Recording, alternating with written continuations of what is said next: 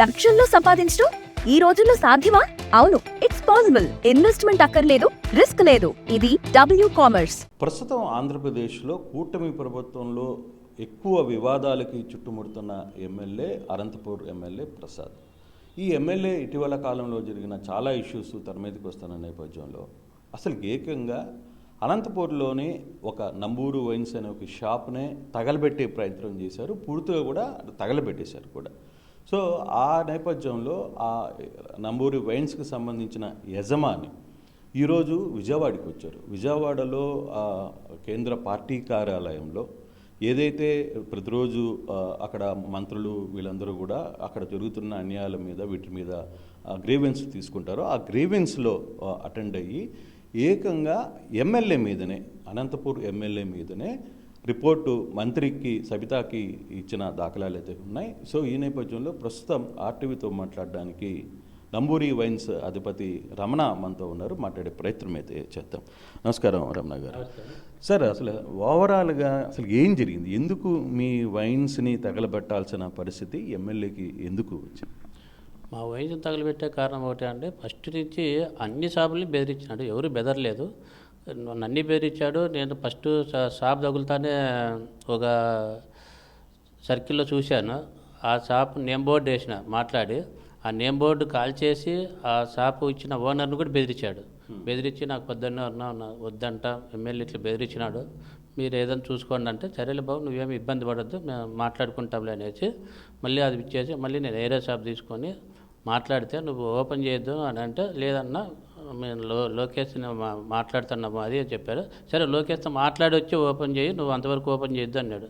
సరే ఇదేదో బాగాలేదురా అనేసి నేను ఓపెన్ చేసిన వస్తే చూసుకుందాంలే అనేసి మళ్ళీ ఓపెన్ చేసినాక పిలిపించుకున్నాడు. నాకు భాగమన్న రాసి అన్నాడు. సరే 50% రాపించుకున్నాడు. రాపించుకున్న తర్వాత మళ్ళీ కొద్ది రోజులు ఏం మాట్లాడలేదు.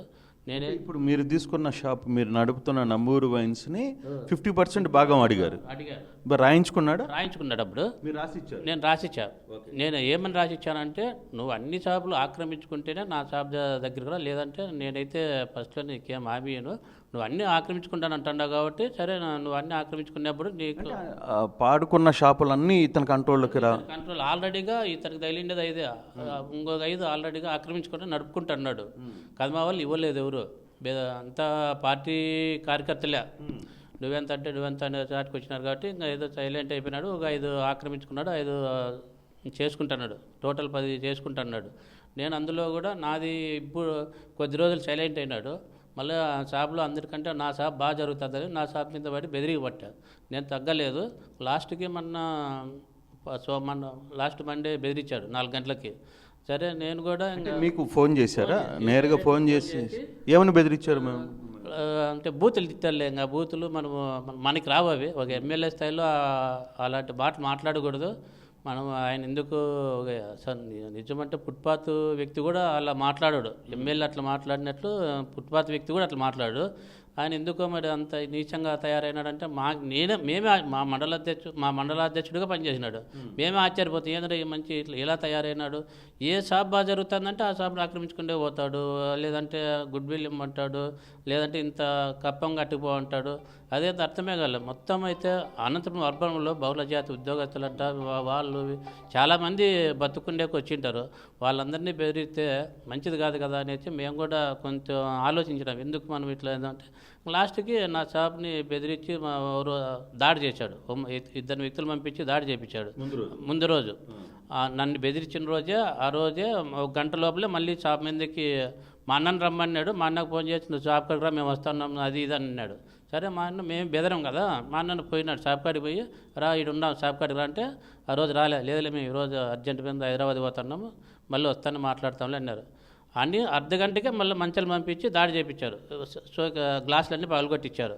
మళ్ళీ ఏదో కట్టుకథలు చెప్తున్నారు. ఫోన్పే ఇష్యూలో వాళ్ళు గలాట్ జరిగి నాకేం సంబంధం లేదు, వాళ్ళు చూసుకున్నారు, నాకు సంబంధం లేదని. ఫోన్పే ఇష్యూ వచ్చి ఉంటే ఫోన్పేలో ఆ వ్యక్తి ఫోన్పే చేస్తే పెండింగ్ అన్నబడాలా, లేదంటే ఫెయిల్యూర్ అనబడాలా, లేదంటే సక్సెస్ఫుల్ అని పెట్టాలా, ఏదో ఒకటి చూపించమని. ఆ ఫోన్పే చేసింటే ఆ అబ్బాయి రోజు వచ్చి తీసుకొని పోయేవాడు, సైలెంట్గా తీసుకొని పోయి సైలెంట్గా తీసుకొని వచ్చేవాడు. వాళ్ళన్న నా దగ్గర ఎన్నోసార్లు ఫ్రీగా తీసిపోయినాడు. ఎన్నోసార్లు ఇప్పుడు అరెస్ట్ అయిన పిల్లోడు కూడా నా దగ్గర డబ్బులు ఇచ్చినా ఆ పిల్లోడు తెలుగుదేశం పార్టీలో కలిసి తిరిగినాడు. ఆయనకి తిరిగిన పిల్లోడు ఆ పిల్లోడు. మళ్ళీ దగ్గుబాటి దగ్గర పోయినాడు, దగ్గుబాటి తిరుగుతున్నాడు, తిరుక్కోవాలని ఇచ్చిపెట్టాడు. నా దగ్గుబాటి దగ్గర తిరిగినప్పుడు కూడా నా దగ్గర 4 రోజుల ముందు కూడా ఫ్రీగానే తీసిపోయినాడు నా దగ్గర మందు. నేను ఎప్పుడు ఆ పిల్లోని ఇబ్బంది పెట్టిండదు లేదు, ఏం చేసిండదు లేదు. ఏదైతే నాకు ఎమ్మెల్యేకి ఇష్యూ జరిగిందో అప్పుడు వీళ్ళు వచ్చి దాడి చేసినారు. మళ్ళీ తెల్లారుజాము 4 గంటలకే మా వాచ్మెన్ని బెదిరించినారా ఎట్లా అనేది చూడలేదు, కానీ వాచ్మెన్ని కూడా మనం ఇబ్బంది పెట్టకూడదు అనేసి ఆయన అడగలే, వీళ్ళు బెదిరించింటారులే అనేసి పెట్రోల్ పోసి అంటించిపోయినారు. ఏమంటే వాచ్మెన్ భయపడకుండా మా అన్నకు ఫోన్ చేయడం వల్ల వెంటనే ఫైర్ ఇంజన్కి వచ్చి ఆపి, లేకుంటే 1,30,00,000 సాకు. నా షాపు దగ్ధమయ్యేది కాక ఓనరు పోతాడు, పక్కన షాపులు పోతాయి, ఈ పక్కన డాబాలు ఉన్నాయి, కొట్టాలన్నీ అంటుకొట్టు ఏమయ్యేది. కొంచెమన్నా ఇది ఉండాలి కదా, షాప్ అంటిస్తున్నామే ఏం కథ అనేది. పోతే నేను ఒకనే నష్టపోను దాంట్లో. ఎంతమంది పక్కన చుట్టుపక్కలంతా ఎంతమంది ఏమవుతుంది. ఈరోజు నేను ఆర్పినాను కాబట్టి బయట తెలియకపోతుంది, పైరు కాలేదు. నేను ఆర్పలేకపోతే మొత్తం చుట్టుపక్కల అంటుకుంటే ఎంత పార్టీకి ఎంత చెడ్డ పేరని, అది మా బాధ. పార్టీకి చెడ్డ పేరు. మీరు కూడా ఒకే అంటే మీరు ప్రసాద్ గారు ఎమ్మెల్యే గారు ఇద్దరు ఒకే మండలం కదా, రాప్తాడు మండలం. మేము ఎంపీపీ కూడా చేసినాం ఆ రోజు. ఆయన ఎంపీపీ అయ్యేదానికి కూడా ఎంతో కష్టపడినాం. ఆ రోజు ఎంపీపీ చేసినాము. ఏమంటే ఆ రోజు ఎంపీపీ అక్కయ్య ఆధ్వర్యంలో ఉన్నాడు కాబట్టి ఆ రోజు ఇంత బెదిరింపులు లేకుండా ఉన్నాయి. ఆయన ఎంపీపీ అయిన దానికి కొన్ని అర్లా పెట్టి పార్టీ కూడా అప్పుడు గబ్బు పట్టిపోయా. సరేలే ఇంకా అక్కయ్య అది ఇచ్చినాడు కదా అని మేము కూడా సైలెంట్ అయిపోయినాం. మళ్ళీ ఈరోజు ఎమ్మెల్యే అయ్యేదానికి ఇతని మీద ఆజమాయిషి ఎవరు లేరు కాబట్టి చాలా రెచ్చిపోతున్నాడు. అది పద్ధతి కాదని పార్టీ ఇతను ఎట్లా పోని, ఇతను 3 ఏళ్ళు ఉంటాడు పోతాడు, పార్టీ భ్రష్టు పట్టిపోతుందని మా ఆవేదన. అంటే మీరు కష్టపడిన వాళ్ళము వైఎస్ఆర్ పార్టీలో మేమేముంది, పార్టీ అధికారంలోకి వస్తే మేము మా సైలెంట్ అయిపోయి మా పనులు మేము చేసుకుంటాం. ఎప్పుడైతే అధికార పార్టీ ప్రతిపక్షంలో ఉంటాడో అప్పుడు పోరాడతాం మేము. పార్టీ వచ్చేదానికి మా చంద్రబాబు నాయుడు సీఎం కావాలనేసి మేము ఎంతో పోరాడతాం. మా పిల్లల్ని ఇచ్చిపెట్టి కూడా ప్రాణాలు తెగించే కష్టపడతాము. అలాంటిది తెచ్చుకునే పార్టీని ఈరోజు మా కళ్ళ ఎదురుగానే భ్రష్టు పట్టిపోతుంది అనే బాధ మా అభిప్రాయం. దానికనే అధ్యక్షుల వారికి తెలియజేయాలని మేము ఈ విధంగా పోరాడుతున్నాం. అంటే బేసిక్గా మీరేమన్నా అతను ఎమ్మెల్యే అయ్యే టైంలో అంటే మీకు అనంతపురం టికెట్ వచ్చినప్పుడు ప్రసాద్ గారికి ఆ ఎమ్మెల్యేకి కాకుండా మీరు ఏమన్నా అడ్డుకునే ప్రయత్నం ఏమన్నా చేశారా, లేదు పార్టీ కోసం మీరు అందరు కలిసి పనిచేశారు? పార్టీ ఆయన రావాలని కోరుకున్నాము. వచ్చిన దానికి కష్టపడి వార్డు తిరిగి అందరినీ ఎక్కడ దూరంగా ఉండే వాళ్ళని పిలిపించి గెలిచినాక కూడా మా వార్డు 21వ వార్డు వస్తుంది, housing board, new revenue colony, Amali colony, ఈ వార్డులకంతా నేను ఎప్పటి నుంచో అధ్యక్షుడిని. నా వార్డు అంతా గెలిచిన తర్వాత 600 కేజీలు స్వీట్ ఇంటింటికి పంపించాను. వైఎస్ఆర్ అనేది కాదు, బీజేపీ అనేది కాదు, ప్రతి ఇంటికి గెలిచిన సందర్భంలో ఇంటింటికి స్వీట్ పంపించాను. అట్లా వాడిని మనం ఆయనకి ఎందుకు ఎదురు తిరుగుతాము, ఆయనకి రావద్దని మేము ఎందుకు కోరుకుంటాము?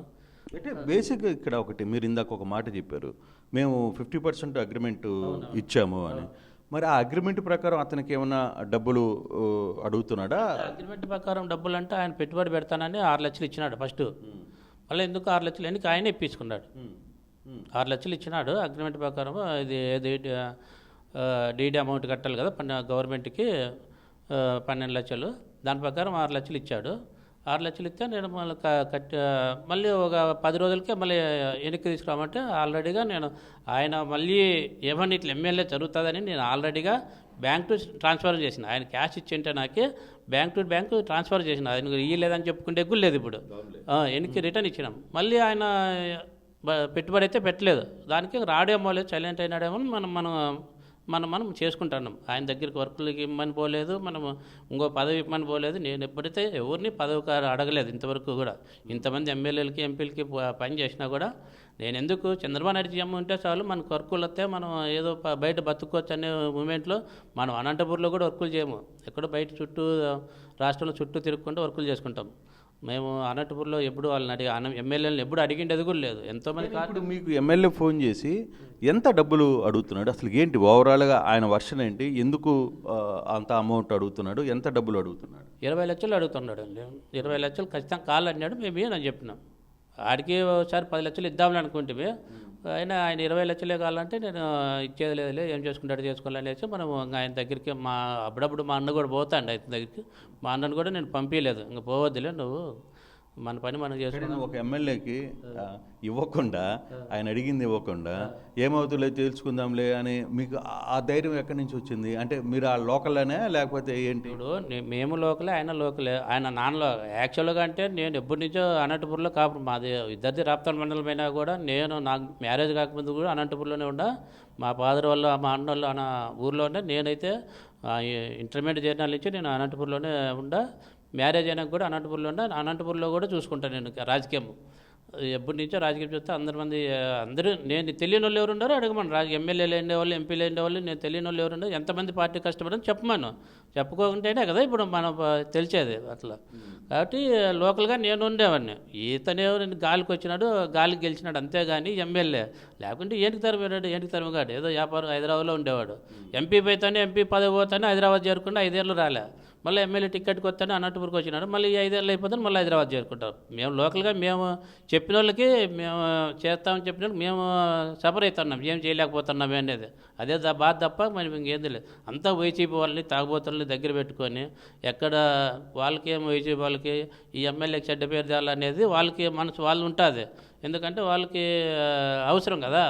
దానికి వాళ్ళు చెప్పింది ఏదో డబ్బులు వస్తాయని దురాశతో అందరినీ బెదిరించుకుంటూ పోతుంటే పార్టీ నష్టమవుతుందనే మా బాధ తప్ప ఇంకో ఆయన మీద చాడీలు చెప్పి ఏదో మేమే సాధించలేము. చాడీలు చెప్పడం వల్ల మాకేం ఆదాయము ఏం రాదు.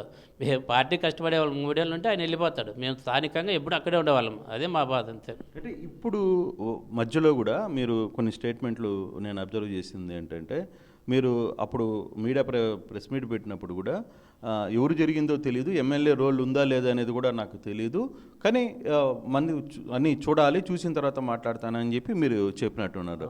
కానీ ఇప్పుడు మళ్ళీ సడన్గా మీరు మళ్ళీ నేరుగా ఎస్పీకి పై కంప్లైంట్ చేశారు. అట్లా కాదు, నేను ఎమ్మెల్యే ఉంది లేడని నేను అనలేదు.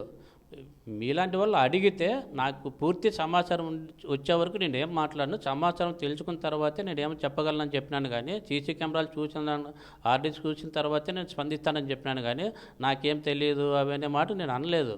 ఎందుకంటే చూసిన తర్వాత ఒకటేసారి స్పందిస్తే బాగుంటుంది. మళ్ళీ ఆడేమో పై అనవసరంగా ఎమ్మెల్యే మీద చెప్పి నాకు ఎమ్మెల్యే చేసింటాడని తెలుసు, కానీ నేను ఫస్ట్లోనే స్పందించకూడదు కదా. సీసీ కెమెరాలు చూసిన తర్వాత స్పందిద్దాంలనేసి స్పందించిన, అంతేగాని నాకు తెలియదు అనే మాట అయితే నేను అనలేదు. చూసి సీసీ కెమెరాలు తెలిసినాక వాళ్ళందరూ దగ్గుబాటు దగ్గర ఉండేవాళ్ళే కాబట్టి ఖచ్చితంగా దగ్గుబాటు చేసింటే ఆల్రెడీగా చెప్పినారు వాళ్ళు కూడా. దగ్గుబాటు పంపించింటే చేసినామనేది కూడా చెప్పినారు వాళ్ళు. పోలీసు వాళ్ళు ఎందుకంటే అధికార పార్టీ ఎమ్మెల్యే కాబట్టి వాళ్ళు చెప్పలేకపోతున్నారు అంతే. అది అందరికీ తెలిసిన సత్యమే. అది వాళ్ళ అన్నోళ్ళు కూడా పక్కన వాళ్ళతో మాట్లాడితే మావాడు చేపించిండేది కూడా అన్నారు. వాళ్ళ అన్నోళ్ళు కూడా నేను ఎంత కష్టపడినానో తెలుసు. అది మీరు స్టోర్ క్రియేట్ చేసి లింక్ లేదా క్యూఆర్ ని షేర్ చేస్తారు. కస్టమర్ ఆర్డర్ ప్లేస్ చేస్తారు. డెలివరీ, రిటర్న్స్, రిఫండ్స్ అన్ని ప్లాట్ఫామ్ హ్యాండిల్ చేస్తుంది. అయితే ఇప్పుడు ఈ కేసులో కొంతమందిని అరెస్ట్ చేశారు, కొందరు తర్వాత మీరు ఎస్పీకి ఫిర్యాదు చేశారు.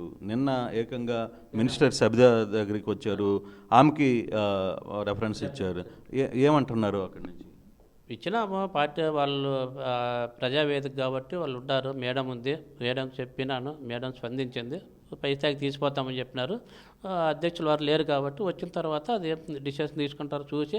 మేము కూడా మళ్ళీ కొంతమందితో వస్తాము. అధ్యక్షుడు వచ్చిన తర్వాత ఆయన సార్ బిజీగా ఉన్నారు కాబట్టి మనం కూడా సార్ వాళ్ళని ఇది ఇబ్బంది పెట్టకూడదు అనేసి మేము కూడా ఎవరు రాకోకుండా ఒక్కడనే వచ్చి మేమే రండి ఇచ్చాము. అది అంటే కేవలం ఈ ఒక్క కేసులోనే కాకుండా చాలా ఇష్యూస్ ఎందుకు అనంతపురం టౌన్లో వరుసగా ఏదో ఒక ఇష్యూ రేజ్ అవుతూ ఉంది, ఏదో ఒక ఇష్యూ ఎమ్మెల్యే ఇష్యూ చుట్టూ తిరుగుతున్న పరిస్థితి. నిన్న ఎమ్మెల్యే కూడా ప్రెస్ మీట్ పెట్టి కావాలనే నా మీద కొన్ని శక్తులు పనిచేస్తున్నాయి, దీని వెనకాల ఎవరున్నారో కూడా నాకు తెలుసు అని కూడా ఆయన క్లియర్గా మాట్లాడారు. ఇప్పుడు ఎవరుండారో నాయకులు అనేకి మేము ఫోన్ చేసి బెదిరీలు ఆయన్ని.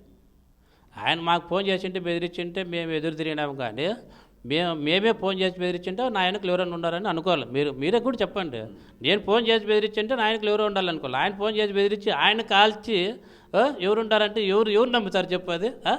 ఆయన మేగిడి పెట్రోల్ పోసి అంటించిన వాడు తెలుస్తాను కదా, ఆయన దగ్గర ఉండే వాళ్ళే కదా వాళ్ళు అంటించిండేది. మరి ఇంకా మళ్ళీ మేము ఎవరు మా ఆయనకులు ఎవరు నా ఆయనకులు అయితే ఎవరు లేరు. నేను ఉండాను అంతేగాని నేను ఉండాను కాబట్టి ఒకవేళ కలిసి వస్తే, ఎందుకంటే పార్టీ దెబ్బతింటుందని కొంతమంది టీడీపీ నాయకులు కానీ కార్యకర్తలు కానీ ఇది పద్ధతి కాదు చేసిండదని కలిసి వస్తే కలిసి రావచ్చు. కానీ ఎందుకంటే పార్టీ అభిమానం ఉంటుంది ఎవరికి పార్టీ అభిమానం, ఎందుకంటే కరుడు కట్టిన తిరుగువాదం పార్టీ కోసం మేము వాళ్ళందరూ కలిసి వస్తారు. వాళ్ళని కూడా నీ వెనకలు వాళ్ళు ఉన్నారంటే ఎట్లయితుంది? నువ్వు చేసే అవినీతిని సమర్థిస్తే మంచిది, లేకుంటే చెడ్డది అన్నట్లు అది పద్ధతి కాదు కదా. కానీ మీది రాప్తాడు కాబట్టి వాళ్ళది రాప్తాడు, కానీ మీరు రాప్తాడులో ఒక సెక్షన్ ఆఫ్ పీపుల్ మిమ్మల్ని ఎంకరేజ్ చేస్తుంది, మీ వెనకాల నిలబడుతుంది, వాళ్ళు కూడా అధికారంలో ఉన్నారు కాబట్టి మీకు వెనకాల బ్యాక్ అండ్లో ఉన్నారు కాబట్టి ఒక ఎమ్మెల్యేను కూడా మీరు ఏమవుతుందో చూసుకుందామనే స్థాయికి వచ్చారంటే వెనకాల ఆ బ్యాకప్ ఉంది అనేది వాళ్ళ సైడ్ నుంచి, మీ ఎమ్మెల్యే సైడ్ నుంచి వస్తున్న వాదన. ఇప్పుడు నిన్ను ఒకటి అడుగుతాను, నిన్ను నేను బెదిరిస్తే నువ్వు బెదురుతావా చెప్పు? నువ్వు ఎదురు తిరుగుతావు తిరగవా? అది నేను అంతే చేసిండే, కానీ ఆయనకు ఎవరు ఉన్నారైతే నేను ఊహించలేను. ఆ ఊహించే టైం కూడా కాదు. బండబూతులు తిడతా అంటే నా వెనకలో వాళ్ళు ఉన్నారు వీళ్ళు ఉన్నారులే అని. కానీ వాళ్ళు కూడా ఇలాంటి ప్రోత్సహించరు. అక్కోళ్ళు కూడా వాళ్ళు ఎంత మంచోళ్ళో నాకు తెలుసు. రవీణ ఉన్నప్పుడు నుంచి కూడా మేము రవీణ దగ్గర నుంచి తిరుగుతుండే వాళ్ళము. వాళ్ళైతే ఎప్పుడు ఇలాంటి ప్రోత్సహించరు. వాళ్ళు ప్రోత్సహించే వాళ్ళంటే అట్లా మనస్తత్వం అయితే రాప్తా నియోజకవర్గం అంతా అదే చేస్తారు కదా వాళ్ళు కూడా. అట్లా మనస్తత్వం ఉండింటే వాళ్ళంతా రాప్తా నియోజకవర్గం అంతా కూడా అలాగనే చేస్తారు. ధర్మారం అంతా అలా చేసింది కదా. వాళ్ళు కాదు, వాళ్ళు నాయకులు ఉన్నారనేది పద్ధతి కాదు అది. వాళ్ళైతే చాలా మంచోళ్ళు. వాళ్ళ గురించి ఎత్తకూడదు. ఎందుకంటే ఈ విషయంలో వాళ్ళకి కానీ ఇంకో ఆయన నియోజకవర్గంలో ప్రభాకర్ చౌదరి అని ఉన్నాడని కూడా అంటున్నారు. ప్రభాకర్ చౌదరి అన్నకు కూడా నేను అసలు ప్రభాకర్ చౌదరి అని ఎమ్మెల్యే అయినప్పుడు కూడా ఎప్పుడు అన్నోళ్ళ ఇంటికాడ కూడా పోయినాను కాదు నేను. ఇంటికాడ కన్నా 2-3 సార్లు పోయినా కానీ చౌదరి అని ఎమ్మెల్యే అయినాక కూడా ఒకసారి కూడా పోయినాను కాదు నేను. ఎందుకంటే నా పనిలో నేను బిజీ ఉంటాయి. నేను ఎప్పుడు ఒకరి ఎమ్మెల్యే ఇంటికాడికి పోయి కాసుకొని ఒకరి మీద పుచ్చులు చెప్పే మనస్తత్వం కాదు నాకు. నేను ఇంతవరకు ఎంపీ అయినప్పుడు కూడా ఎంపీపీ దగ్గరికి కూడా ఎప్పుడు పోలేను. నేను ఎంపీపీ చేసి ఇచ్చి పెట్టినా నా పనులు నేను చేసుకుంటాను అంతే. చెప్పమని ఎప్పుడు పోయినా మా దగ్గరికి ఎంపీపీ అయినాక నాకు ఈ పని చేసి పెట్టాను ఎప్పుడైనా పోయినామా? పోలే కదా. నా పరిస్థితి ఏమంటే మా చంద్రబాబు నాయుడు సీఎం కావాలా, చంద్రబాబు నాయుడు సీఎం అంటే రాష్ట్రం బాగుపడుతుంది, రాష్ట్రం బాగుపడితే అందులో మేము బాగుపడతామనే మనస్తత్వం తప్ప ఒక ఎమ్మెల్యే దగ్గర పోయి పని చేయించుకునే అంత మనస్తత్వం కాదు మాది. మా వ్యాపారాలు నాకుంటాయి. నేనేమంటానంటే రమణ గారు, మీరు ఒక చిన్న వ్యాపార వ్యవస్థ, ఏదో చిన్న బిజినెస్లు చేసుకుంటున్నారు, ఏదో కాంట్రాక్ట్స్లు చేసుకుంటారు. ఇటువంటి పరిస్థితుల్లో ఒక ఎమ్మెల్యేని, అధికార పార్టీలో ఎమ్మెల్యేని ఢీ కొడుతున్నారు డైరెక్ట్గా. నిజంగానే మీకు ఢీ కొడతానంటే నేనంతకు నేను ఢీ కొట్టలే. ఆయన ఏదో ఇది చేసి నేను పైకి రాలేదు కదా. ఆయన ఫోన్ చేసి బెదిరిస్తుంటే ఢీ కొడతాను. నన్ను నాకుండే బలం నాకుంది, బలము మా అన్నదమ్ములు నాకుంది. ఈయన నాకు ఎమ్మెల్యేగా 3 అక్షరాలు లేకపోతే నేటికి నా కాలుగోటి కూడా తరంగాడు చెప్పాలంటే. ఆ ఎమ్మెల్యే 3 అక్షరాలు ఉన్నాయి కాబట్టి నేను పుట్టుంగానని చెప్పుకుంటున్నాడు అంతే తప్ప ఏటికి తరంగాడు ఇతను. అది అంటే ఎక్కడ రాజీ, ఒకవేళ పెద్దలు రాజీ కుదిర్చి పని ఏమన్నా జరిగితే మీరు రాజీకి సిద్ధపడతారా? దీంట్లో రాజీ అయ్యేది ఏంటంటే నేనేమన్నా ఆయన నుంచి ఏమన్నా ఆశిస్తా అంటే రాజీ గల్లా, ఆయన నుంచి నేనేమన్నా ఆశిస్తా అంటే రాజీ గల్లా. నేనేం ఆయన గురించి రూపాయి కూడా ఆశించను. నా లాస్ అయితే అవుతుంది. ఎన్నో వర్కుల్లో ఎన్నో లాస్లు వస్తుంటాయి, దాంట్లో ఇది ఒకటి అనుకుంటా అంతేగాని నేనైతే ఆయన నుంచి రూపాయి ఆశించను. ఆయనతో రాజీ అయ్యే ప్రసక్తే లేదు. రాజీ అంటే నేను మళ్ళీ ఆయన సైలెంట్ అయ్యి పంచి పనులు చేసుకుంటే నా పని నేను చేసుకుంటే ఆయన పని ఆయన చేసుకుంటాను. ఆయనతో నేనేం పడి చంద్రబాబు నాయుడు గారు సార్ గారు చర్యలు తీసుకొని ఆయనకి ఏదైనా చెప్పి నువ్వు మంచి పనులు చేయంటే ఆయన మంచి పనులు చేసుకుంటూ పోతుంటే ఆయన మంచి పనులు ఆయన చేసుకుంటారు, మా వ్యాపారం మేము చేసుకుంటాం అంత తప్ప ఇంకా ఆయన గురించి మళ్ళీ పట్టించుకోము. మనకి అంత అవసరం కూడా ఉండదు. మనకి ఎప్పుడు అదే గీక్కుంటుంటే మన వ్యాపారాలు దెబ్బతింటాయి అంతే. మనకి అంతేగాని ఆయనతో రాజీ అయ్యేదంటే ఇంకోటి అంటే మనకేం ఆయన 3 ఏళ్ళు ఉంటే వెళ్ళిపోతాడు. ఆయనతో రాజీ అయితే ఏం కాకుంటే ఏమవుతాం మనకి మళ్ళీ హైదరాబాద్ చేరుకుంటాడు. మేమైతే లోకల్గా ప్రజలతో ఉండాల్సిందే మేము ఎప్పుడు. అదే అంటే ఇష్యూని ఎవరైనా కాంప్లికేటెడ్ చేసే ప్రయత్నం జరుగుతుందా? ఇందాక నాకైతే అలాంటి ఎవరు అక్కళ్ళు కానీ చౌదరన్న కానీ ఎవరు కూడా నాకు ఇంకా కదమా వాళ్ళు మా క్యాస్ట్ వాళ్ళు కూడా ఎవరు కూడా దీని వెనకాల మనకి జరిగింది అన్నయ్య అంటే ఫోన్ చేసి చెప్తున్నారు కానీ లేదంటే ఇట్లా పోరాడు అది ఇది అని అయితే ఎవరు ముందరికి వచ్చి చెప్పలేదు మనకి. నా ధైర్యంతో నేను పోరాడుతున్నాను అంతే. అందరూ చాలా అసలు ఇంకా ఎందుకంటే కమ్మోళ్ళు అనేవాళ్ళు చాలా మంది బాధపడుతున్నారు ఆడ. ఎందుకు మనోడే ఇట్లా పలికిమాలు చేస్తే మనకి కమ్మోళ్ళు క్యాస్ట్కి అంతా చెడ్డ పేరు వస్తుంది అనే బాధ అందరికీ ఉంది కానీ ఎవరు ముందరికి వచ్చి అంటే బేసిక్గా ఒక చిన్న రీజన్ చెప్తాను. మీ ఎమ్మెల్యే స్థితిమంతుడు, మంచి ఆస్తులు ఉన్నాయి, పెద్ద పెద్ద ఫ్యాక్టరీలు ఉన్నాయి. ఇంత ఆస్తిపరుడు ఉన్న వ్యక్తి కేవలం ఒక 10 లక్షలకు, ఒక్క నిమిషం సార్, ఒక 10 లక్షలు 20 లక్షల రూపాయలు డిమాండ్ చేసి దాన్ని రప్చర్, దానికోసం ఇంత యుద్ధం చేయాల్సి మనుషుల్ని పంపించి తగలబెట్టే అంత అవసరం ఉంటుందా? జనరల్గా పబ్లిక్ కూడా అనుకుంటారు. ఎవరు చెప్పినారు ఆస్తులు దాన్ని కోటీశ్వరుడు ఆస్తులు ఉన్నాయి నీకు ఎవరు చెప్పినారు? మీకు ఎవరు చెప్పినారు? బేసిక్గా ఆయన ఖర్చు పెట్టింది కావచ్చు, ఆయన ఆస్తులు కావచ్చు, ఆయన ఇల్లు కావచ్చు, అన్నీ కూడా. ఇప్పుడు ఒక ఎమ్మెల్యే కావాలనుకున్నప్పుడు అప్పులు తెచ్చి ఏదో చేసుకో అంటాడు. ఇప్పుడు ఆ అప్పుల కోసము ఈ తిప్పలన్నీ పడుతున్నాడు అంతే తప్ప ఆస్తులు ఉన్నాయని ఆయన 10,000 జీతగాడిగా చేరిండు కంపెనీలో. ఆస్తులు ఉన్నాయని ఎవరు చెప్తారు చెప్పు? ఏదో వాళ్ళ బాబాయ్ ఆస్తి రాసిచ్చినాడు కాబట్టి ఉన్నాయంట ఉన్నారు. ఏంది లేదు, వాళ్ళు కూలిపోయి వాళ్ళ అమ్మాళ్ళ నాన్నలు కూడా కూలిపోయిన వాళ్ళే. ఆస్తులు అయితే ఏం లేవు వాళ్ళకి. సో ఇప్పుడు బయటికి కనపడేదంతా కూడా అంతా అదే ఊరిదే, అది సోప్ టాప్ అంతే, ఏది లేదు దానికి. సో ఇప్పుడు మీరు you are ready to fight with MLA స్ట్రైట్గా? నా టార్గెట్ ఎమ్మెల్యేనే, దాంట్లో ఎటువంటి రెండో ఆలోచన లేదు. ఆయన డి అంటే డీనే, లేదంటే నేను మంచి పనులు చేసుకుంటూ పోతా అంటే నా పని నేను చేసుకుంటూ పోతాను. ఇంకా ఆయనతో ఢీ కొట్టేది ఉండదు. ఆయన ఉండేది 3 ఏళ్ళు ఉంటాడు. ఆయనతో మనకి ఏం పని?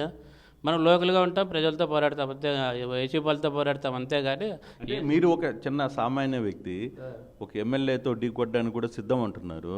మీ వెనకాల ఎవరు లేకపోతే అంత ధైర్యం, అంత శక్తి ఎక్కడి నుంచి? మా అన్నదమ్ములు మేము ఉన్నాం, చాలా మంది ఉన్నాం. ఎవరు శక్తి నాకు, మా అన్నదమ్ముల కంటే నా ధైర్యం నాకు ఉంటుంది ఎవరికైనా కూడా. అదే పడ్డాల రవికి వెనకలు ఎవరు ఉండరా? రవి అన్నకి ఎవరన్నా ఉండరా? ఆయన చేసుకున్నాడు, ఆయన చేసినాడు అంతే. మేము కూడా ఆయన తిరిగిన వాళ్ళం కాబట్టి ఆ ధైర్యం మాకు వచ్చింది అంతే తప్ప ఇంకోటి ఆలోచన అయితే లేదు. ఇది రమణ చాలా క్లియర్గా చెప్తున్నారు. నేను ఎమ్మెల్యే విషయంలో ఆయన చేస్తున్న అరాచకాలని అడ్డుకుని తీరుతా, దాంట్లో ఎటువంటి డోకా లేదు. ఆయన డి అంటే నేను డి. అసలు మొదట గొడవకి ఆయనే దిగాడు. నేను ఎటువంటి పరిస్థితుల్లో రాజీకి వెళ్ళే పరిస్థితి ఉండదు అనేది ఖరాఖండిగా చెప్తున్న పరిస్థితి మనం చూస్తున్నాం. Vote studio. హోమ్ మేకర్ అయినా, కంటెంట్ క్రియేటర్ అయినా, కిరాణా షాప్ ఓనర్ అయినా అందరికీ సమాన అవకాశం. భారతదేశం మొత్తం మీద దాదాపు 25,000 మందికి పైగా WCommerce తో స్టోర్స్ నడుపుతున్నారు. Visit www.wcommerce.store